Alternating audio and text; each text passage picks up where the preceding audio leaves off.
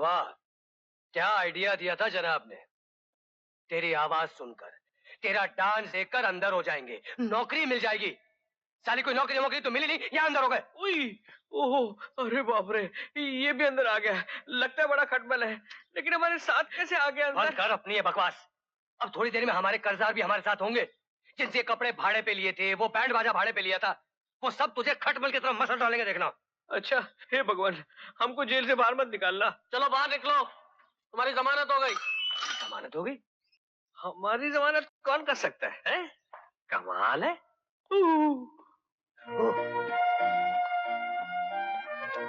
क्या कर रहा आपने? जी हाँ, कल रात मैंने आपको सड़क पर गाते हुए देखा। जी हाँ, वो ऐसे ही बहुत अच्छा गाते हैं आप। अच्छा। यार, हम लोग तो नौकरी ढूंढने चले थे, ये तो छोकरी मिल गई। यही छोकरी शायद नौकरी दिला दे। जी? नहीं, नौकरी नौकरी नौकरी। आप बेरोजगार हैं? जी। फिर आप किसी होटल में सिंगर की नौकरी क्यों नहीं कर लेते? अरे मेम साहब, इसी नौकरी के चक्कर में वो रोड साइड पर रेड लाइट ग्रीन लाइट का चक्कर चलाया था, लेकिन वो तो ब्लैकआउट हो गया। अब वो चक्कर का चक्कर तो चला नहीं, लेकिन यहाँ का चक्कर लग गया। शायद इस होटल में सिंगर की जगह खाली है।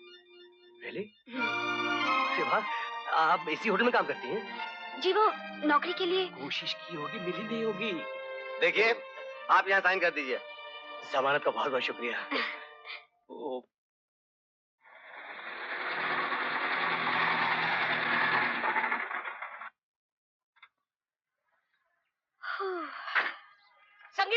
संगीता जी, गुड मॉर्निंग। Good morning. देखिए ना, पहले से मैं कितना दुबला हो गया हूँ।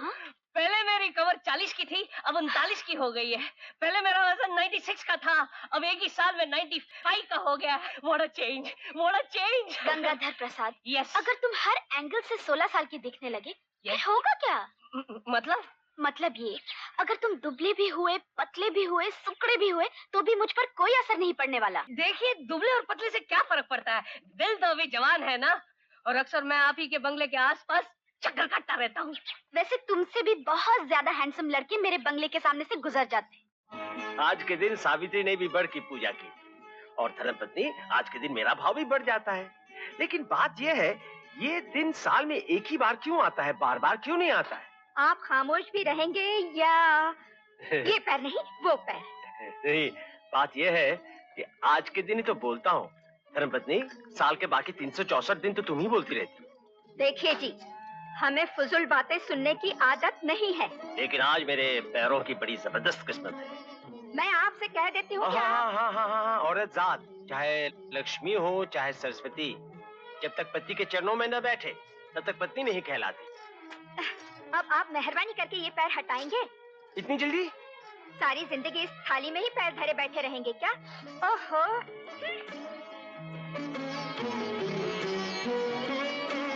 अरे संगीता बेटी, इतनी सुबह तुम कहाँ से आ रही हो? मम्मी, आप सुबह सुबह पूजा कर रही हैं और मैं दान धर्म का काम करके आ रही हूँ। अच्छा, ठीक कर रही हो। हाय डैडी। क्या गजब करती हो? कहीं तुम्हारी माँ ने देख लिया तो इस चूट को सड़े हुए फ्रूट की तरह बाहर फेंक दे। ओह डैडी, ये इम्पोर्टेड है। अच्छा ठीक है, डैडी को चुरूट का मक्खन तो लगा लिया, अब मतलब की बात पर आ जाओ। डैडी, एक लड़का है। लड़का? नहीं, एक चुरूट से इतना खतरनाक काम मुझसे नहीं होगा। वो शादी ब्याह मेरा डिपार्टमेंट नहीं है। ओह डैडी, शादी ब्याह की नहीं, हमारे होटल में एक लड़के को नौकरी दिलाने की बात कर रही हूँ। नौकरी? अरे, जिसकी खुद की कुर्सी छीन गई हो, वो दूसरे को कैसे नौकरी दिला सकता है? प्लीज डैडी, इस लड़के को अपने होटल में आपको नौकरी दिलानी ही पड़ेगी। बेचारा बहुत ही जरूरतमंद है। उसने नौकरी पाने के लिए क्या कुछ नहीं किया, मगर सिवाय नाकामी के उसे कुछ नहीं मिला डैडी। सिर्फ तेरी आंखों से ही नहीं, तेरी बातों से भी उसके लिए दर्द टपक रहा है। डैडी, अगर आप उसकी हालत देखते, उसकी कहानी सुनते तो, और फिर अच्छी आवाज है उसकी डैडी, बहुत अच्छा गाता है और हमारे होटल में एक गाने वाले की जरूरत है ना डैडी। मगर गाने वालों का इंटरव्यू लेना तुम्हारी माँ का कार्यक्रम है, मैं कैसे हाँ कर सकता हूँ? ओहो डैडी, कुछ भी कीजिए, उससे ये नौकरी मिल जानी ही चाहिए बस।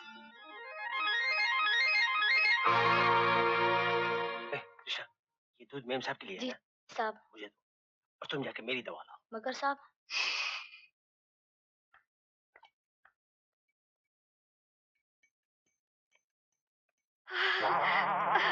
अरे सुनिए, अजय सुनिए। क्या हुआ?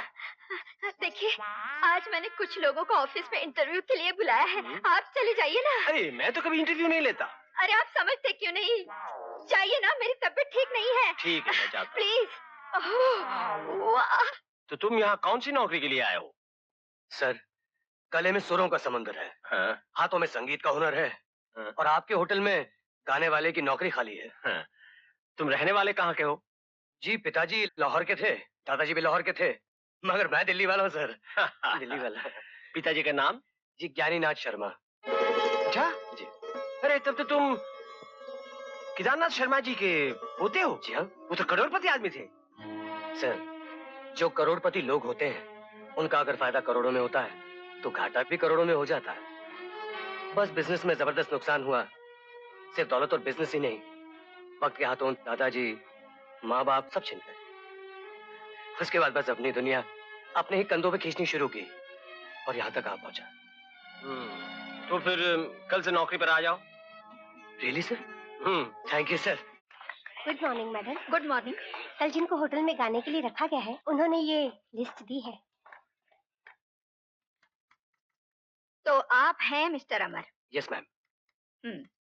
कल ही हमारे होटल में तुम्हें नौकरी दी और आज तुमने सलाह देना भी शुरू कर दिया। नहीं मैडम, ऐसी बात नहीं है। बात यह है कि जिस माइक्रोफोन पर मैं गाऊंगा उसके स्पीकर्स बहुत पुराने हो चुके हैं। मिस्टर अमर, हमने ये होटल लोगों के रहने और खाने के लिए बनाया है, उन्हें तानसेन की आवाज में राग सुनाने के लिए नहीं। मगर मैडम, म्यूजिक भी तो आपके होटल का, आपके बिजनेस का एक हिस्सा है। बिजनेस में क्या करना है क्या नहीं हमें अच्छी तरह मालूम है। आजकल नाच गाना और डिस्को होटलों का फैशन बन गया है, इसीलिए हम मजबूर हैं, वरना म्यूजिक और नाच गाने से हमें सख्त नफरत है। ठीक है मैडम, जैसा आपका है। Excuse me. यार इन अमीरों के असूल भी कमाल के हैं। हम गरीबों के जज्बात को ऐसे कुचल देते हैं जैसे बनिया हमाम दस्ते में धनिया कुचल देता है। इसलिए तो मैं इन अमीरों को कोई आइडिया देता नहीं हूँ। एक तो वो लोग आइडिया लेते नहीं, अगर आइडिया लेते हैं तो बदले में कुछ देते नहीं है। ये अमीर लोग बड़े कंजूस होते हैं। यार मेरी बड़ी बेइज्जती हुई। अरे ये गरीबों को बेइज्जत करके तो इज्जत कमाते हैं, क्योंकि इनकी अपनी कोई इज्जत होती नहीं है। ऐसे ही तो ये लोग इज्जतदार बनते हैं। यार तू मेरा भेजा मत कर और बकवास बंद कर। अरे क्या तो करे, मैं बकवास कर रहा हूँ। मैं जो है गरीबी के लेवल को ऊंचा कर रहा हूँ और अमीरी के लेवल को नीचा कर रहा हूँ, ताकि तुम्हारा जो लेवल है वो मिलके कहाँ गया? अरे संगीता जी, हाय। आपने जो सलाह दी उसका बहुत बहुत शुक्रिया, मुझे नौकरी मिल गई। आप यहाँ क्या कर रही हैं? मैं यहाँ केटरिंग का काम संभालती हूँ। कमाल है, गाना गाने का काम नहीं मिला तो खाना पकाने का काम कर लिया है। एक बात बताए संगीता जी, इस होटल की जो मालकिन है ना, अजीब ही किस्म की है। हाँ, बड़ी कंजूस भी है। उन्हें संगीत से कोई लगाव ही नहीं है। हाँ, बड़े बूढ़े कह गए हैं कि जिन लोगों को संगीत और फूलों से लगाव ना हो वो खून भी कर सकते हैं। संगीता, अब देखिए ना, तुम यहाँ क्या कर रही हो? जियो, ये लोग लेन देन कर रहे हैं, एक दूसरे का शुक्रिया अदा कर रहे हैं। शुक्रिया? किस बात का शुक्रिया? ये सब क्या हो रहा है?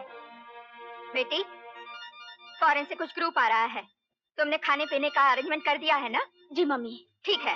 Excuse me. ये आपकी मम्मी थी? कैसी बातें कर रहे हो? क्या तुम्हें डैडी दिखाई दे रहे हैं? नहीं, मैंने मतलब इनकी मम्मी थी ना वो। हाँ, यस यस। वैसे बहुत अच्छी हैं। औरत आपने कितनी तरक्की की, क्योंकि बड़ी बड़ी हुकूमतें चला रही हैं। Very good. इनको देखो, इनको देखो, इतनी बड़ी होटल की कैंटीन चला रही है। कैंटीन, केटरिंग, केटरिंग चला रही है। वैसे आपने बहुत बड़ा सरप्राइज दिया हमें। ये बताया तक नहीं कि जहाँ हमें नौकरी दिलाई जा रही है आप उसके मालिक की बेटी हैं। सरप्राइज देना तो हमारी खानदानी आदत है। बहुत अच्छी आदत है। Very good. Very good is hotel. वाह क्या होटल, वाह। ये मेरी मम्मी का क्रिएशन है। मम्मी ने अगर सबसे खूबसूरत, अनमोल और जबरदस्त चीज बनाई है तो वो ये होटल है। अच्छा, नमस्ते। नमस्ते।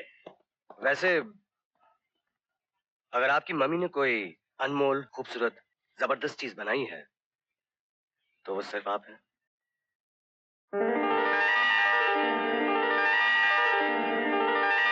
शर्म आनी चाहिए तुम्हें।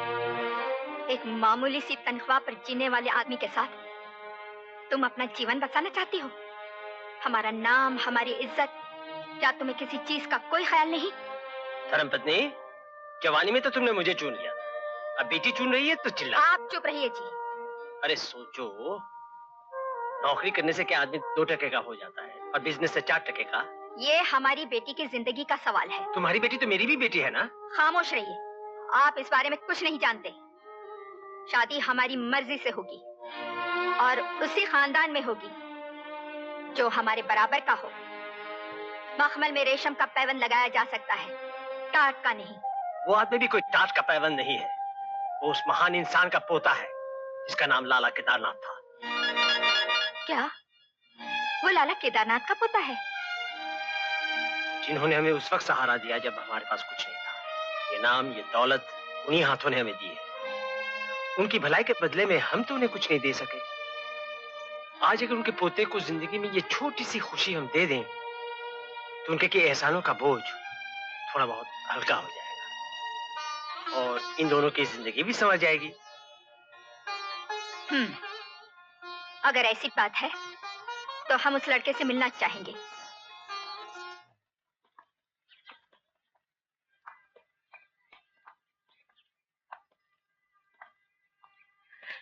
यार हम लोग कोई गलत जगह पे तो नहीं आ गए? हाय अमर। ओ नमस्ते भाभी जी। मेरा मतलब है नमस्ते होने वाली भाभी जी। आइए ना। हाँ यस। डैडी। नमस्कार। आओ आओ। नमस्कार। नमस्ते। ठीक वक्त पर आ गए। हाँ जी वो हाँ जी मम्मी? Good morning mummy. आपका घर ढूंढने में बिल्कुल तकलीफ नहीं हुई। आपका घर गली मोहल्ले में इतना मशहूर है, कोई ऐसे मशहूर हो जाता है, कोई वैसे तो ये मशहूर हो बोलने जाता वाला है। तोता भी तुम अपने साथ लाए हो? तोता? मैं तो मिर्ची भी नहीं खाता।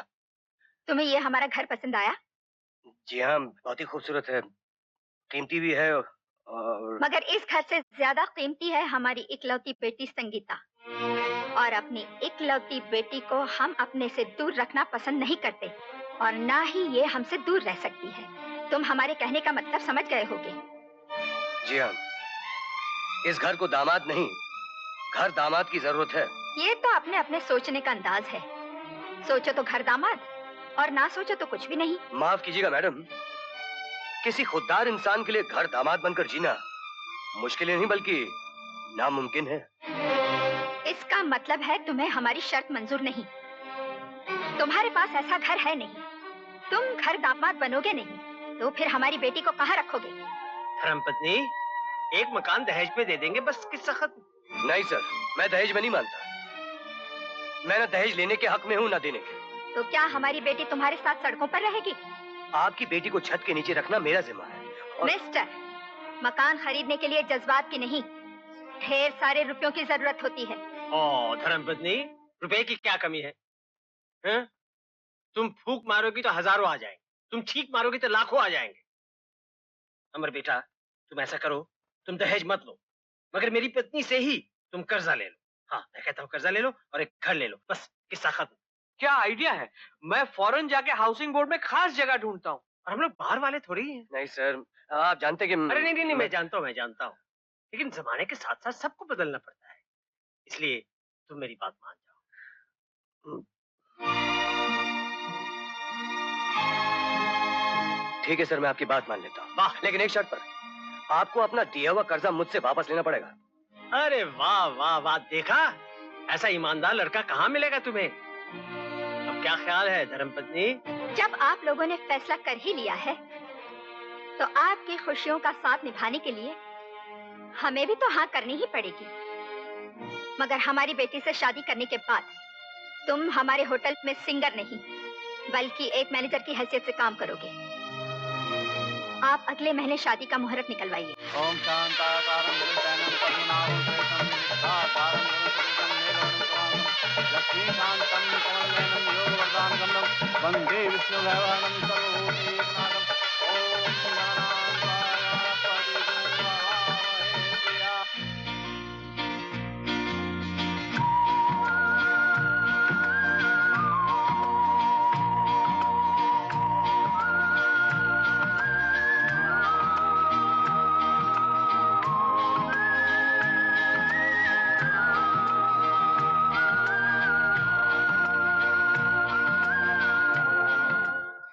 मुझे पता है, मेरे लाख मना करने पर भी तुम मम्मी का कर्जा चुकाए बिना नहीं रहोगे।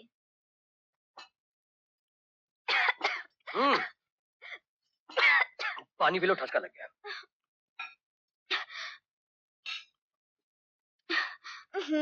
कितना गर्म पानी है, मुझसे सादा पानी नहीं पिया जाता। आज शाम गर्मा गर्म तरह तरह के खाने पकाने पड़ेंगे तुम्हें। क्यों? वो आज शाम मेरा जिगरी दोस्त नंद किशोर गोवर्धन खाने पे आ रहा है। शादी की खुशी में दावत दी। शादी के बाद मैंने खाने पे बुलाया कहा। हिंदुस्तानी खाना बनाए या चाइनीज? अरे डार्लिंग, कुछ भी बना लो, तुम्हारे हाथ की हर चीज में मजा है। वैसे ढेर सारा बनाना, क्योंकि बुरे वक्त में उसने मुझे बहुत खिलाया। आप घर कब तशरीफ लाएंगे? घर तशरीफ, वहां सूरज अंदर हुआ, हम यहाँ अंदर हुए।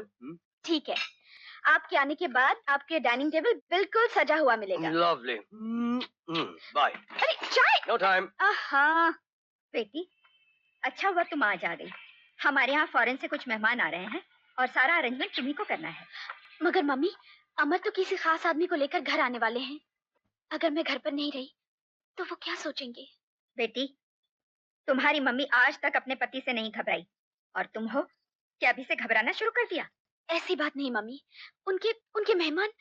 संगीता, ये फॉरेन की पार्टी के साथ हमें बहुत बड़ा बिजनेस का प्रोजेक्ट डिस्कस करना है। अगर ये पार्टी कल चली गई तो 4 महीने के बाद वापस लौटेगी और ये डीलिंग आज ही हो जानी चाहिए। सुनो, अमर का यहाँ रहना बहुत जरूरी है। तुम होटल में फौरन फोन करके उसे खबर कर दो। अमर साहब को फोन देना। जी, वो तो आधा घंटा वो यहाँ से चले गए। अच्छा सुनो, उनका फोन आए तो कहना मम्मी के घर फौरन आ जाएं। कमाल करता है यार। संगीता, आ गए हम लोग। संगीता, यूहू! संगीता। अरे भाभी जी कोई सरप्राइज मत दीजिए। आजकल हर चीज की प्राइस बढ़ गई है, कहीं ये सरप्राइज महंगी ना पड़ जाए। अरे रामलाल मेम साहब कहाँ हैं? वो बाहर गई हैं, आपके लिए चिट्ठी छोड़ गई हैं।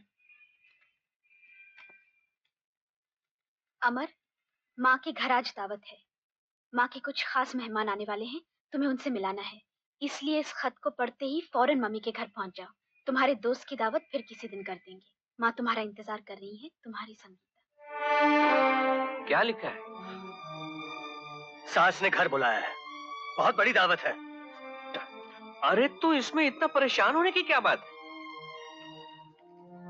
यार मैंने तुझे दावत दी, खाने पे बुलाया, मतलब मेरे घर आए मेहमान बिना खाए पिए। It's not done यार, not done। अरे मैं तेरा मेहमान थोड़े ही हूँ, मैं तो तेरा दोस्त हूँ यार। और फिर ये घर तो अपना घर है, फिर कभी खा लेंगे। फिर कभी क्यों दोस्त, आज ही खाएंगे। चल कहीं बाहर चलते हैं। Thanks a lot.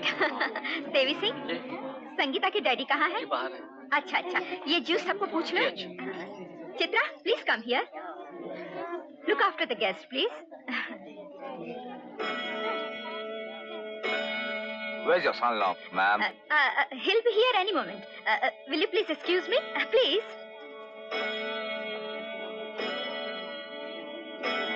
Sangeeta, Amar कहाँ है? अभी तक आया नहीं। पता नहीं मम्मी, ऑफिस से निकले तो जमाना हो गया है, पता नहीं कहाँ चले गए हैं। लेकिन तुमने उसके लिए मैसेज तो छोड़ा था ना? उनके नाम तो चिट्ठी छोड़कर आई हूँ मैं मम्मी। ओफो, ये सब मेहमान पूछ रहे हैं कि अमर कहाँ है। हमारा कितना इंसल्ट हो रहा है। हम चाहते थे कि अमर को हम अपने इन मेहमानों से मिलवाएं ताकि उसकी इज्जत बढ़े, हमारे होटल का बिजनेस बढ़े। मम्मी, मैं अभी ड्राइवर को भेजती हूँ। What a disgusting thing.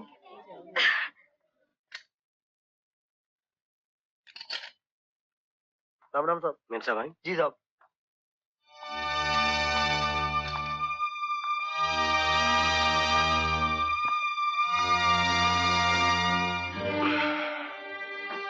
कहाँ थे तुम? कितना इंतजार करवाया, मम्मी के घर क्यों नहीं आए? तुम्हारी माँ ने खास खास आदमियों के लिए खास दावत दी होगी। ऐसी खास दावत में मुझ जैसे आम आदमी का क्या काम? कैसी बातें करते हो अमर? पता है, वहाँ सारे मेहमान बिजनेसमैन थे। मम्मी तुम्हें उन सब से मिलवाना चाहती थी ताकि तुम्हारा उनके साथ लाखों का कारोबार शुरू करवा सके, मगर तुम आए ही नहीं। कितना बुरा लगा मम्मी को। अमर, मम्मी तुम्हारे लिए क्या क्या सोच रही हैं, वो तुम्हें क्या से क्या बनाना चाहती हैं। यही तो फर्क है संगीता।